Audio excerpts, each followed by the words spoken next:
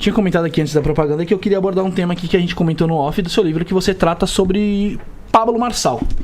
Que ele, se eu não me engano, você comentou que ele seria até meio que batendo de frente com o Edir Macedo ali.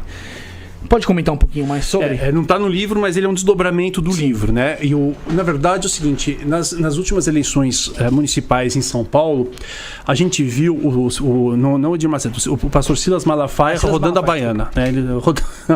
E ele atacando veementemente, né? De forma muito, muito bélica o Pablo Marçal. E não é apenas de uma maneira, às vezes, superficial, você pode falar, não, porque o Malafaia está alinhado ao Bolsonaro, então, e o Pablo Marçal representa um risco pro Bolsonaro numa eleição de 26, ou ainda ele colocou o Bolsonaro numa saia justa, uma vez que o Bolsonaro estava oficialmente apoiando o prefeito Ricardo Nunes na sua reeleição.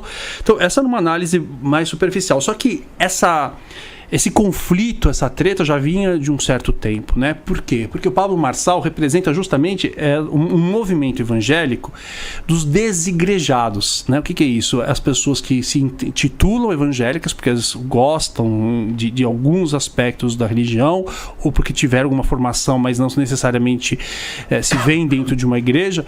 E o Pablo Marçal, ele traz muito de um discurso parecido com a igreja justamente da Lagoinha, do empreendedorismo tal, e de uma relação com Deus sem intermediários, que basicamente é muito presente dentro do protestantismo, principalmente dentro do protestantismo pentecostal.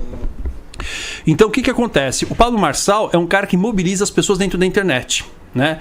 Então ele com toda a construção do diálogo dele, não só enquanto empresário, coach, mas enquanto figura religiosa, porque ele assume isso de uma maneira muito forte, ele cria ele fortalece essa ideia de independência do cara.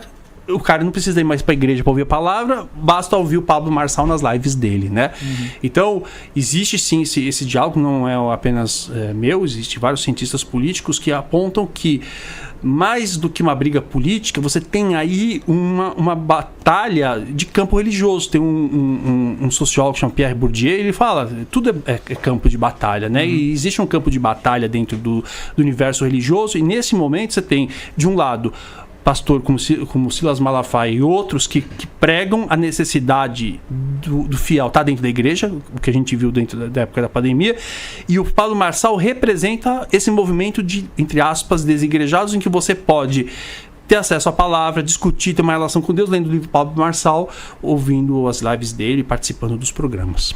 A gente também viu nas últimas eleições, tanto presenciais como também até municipais, uma disputa muito grande entre os candidatos de se mostrar ali pro público evangélico.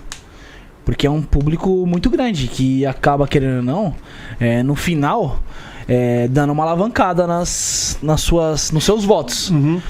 Como que você vê esse crescimento? Você acha que nas próximas eleições teremos muito mais essa disputa entre os evangélicos, tipo, dos candidatos, para conquistar essa apreciação desses evangélicos?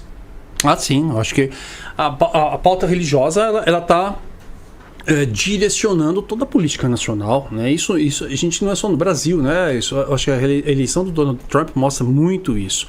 Quando a gente fala de uma direita mais radical, né? Porque são vários tipos de direita, mas na Europa, por exemplo, você tem uma direita radical que não é religiosa, mas nas Américas ela é bastante. Então, eu acho que tem aí o campo evangélico vai determinar bastante as eleições nos próximos anos. Agora, precisa lembrar o seguinte, né? Que às vezes as pessoas falam de voto pastoral, de voto paroquial, de achar que o pastor orienta. No Brasil, não. É muito menos do que as pessoas imaginam. A escolha política dos evangélicos, estou falando de pesquisa, tá? A escolha política dos evangélicos pode se dar sim em relação a candidatos que tenham um discurso evangélico, mas não passa necessariamente pela orientação do voto do pastor. Uhum. Essa é a grande novidade.